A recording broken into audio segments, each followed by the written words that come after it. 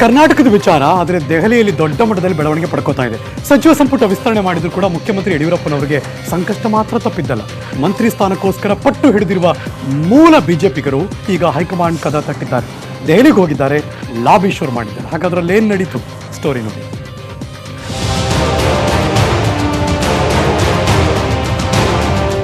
ಎಂಟನೇ ಬಾರಿಗೆ ಶಾಸಕನಾಗಿದ್ದೀನಿ, ನನ್ನನ್ನ ಮಂತ್ರಿ ಮಾಡಿ ಅಂತ ಉಮೇಶ್ ಕತ್ತಿ ಯಡಿಯೂರಪ್ಪ ಬೆನ್ನು ಬಿದ್ರು.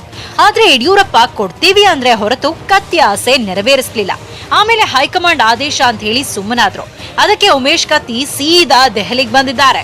ಬಿಜೆಪಿ ರಾಷ್ಟ್ರೀಯ ಅಧ್ಯಕ್ಷ ಜೆಪಿ ನಡ್ಡಾರನ್ನ ಭೇಟಿ ಮಾಡಿ ಮಂತ್ರಿಗಿರಿ ಕೊಡಿಸಿ ಅಂತ ಅರ್ಜಿ ಹಾಕಿದ್ದಾರೆ.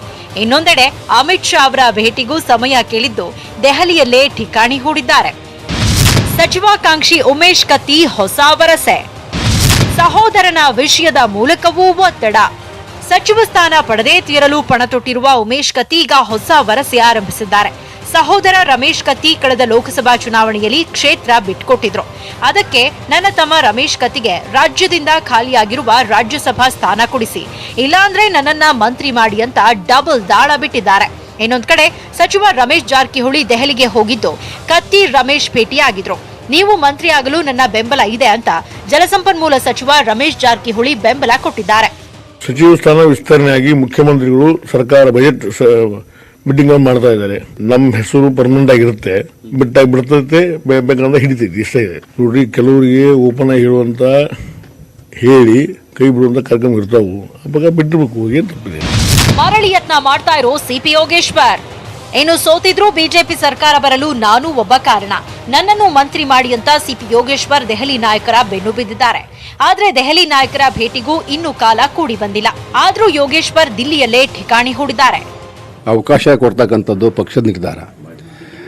ಪಕ್ಷ ಇನ್ನು ನೋಡೋಣ ಮುಂದಿನ ದಿನಗಳಲ್ಲಿ ಏನು ಮಾಡತ್ತೆ ಅಂತೇಳಿ ನಾನೇನು ಪ್ರತಿಕ್ರಿಯಿಸೋದಿಲ್ಲ.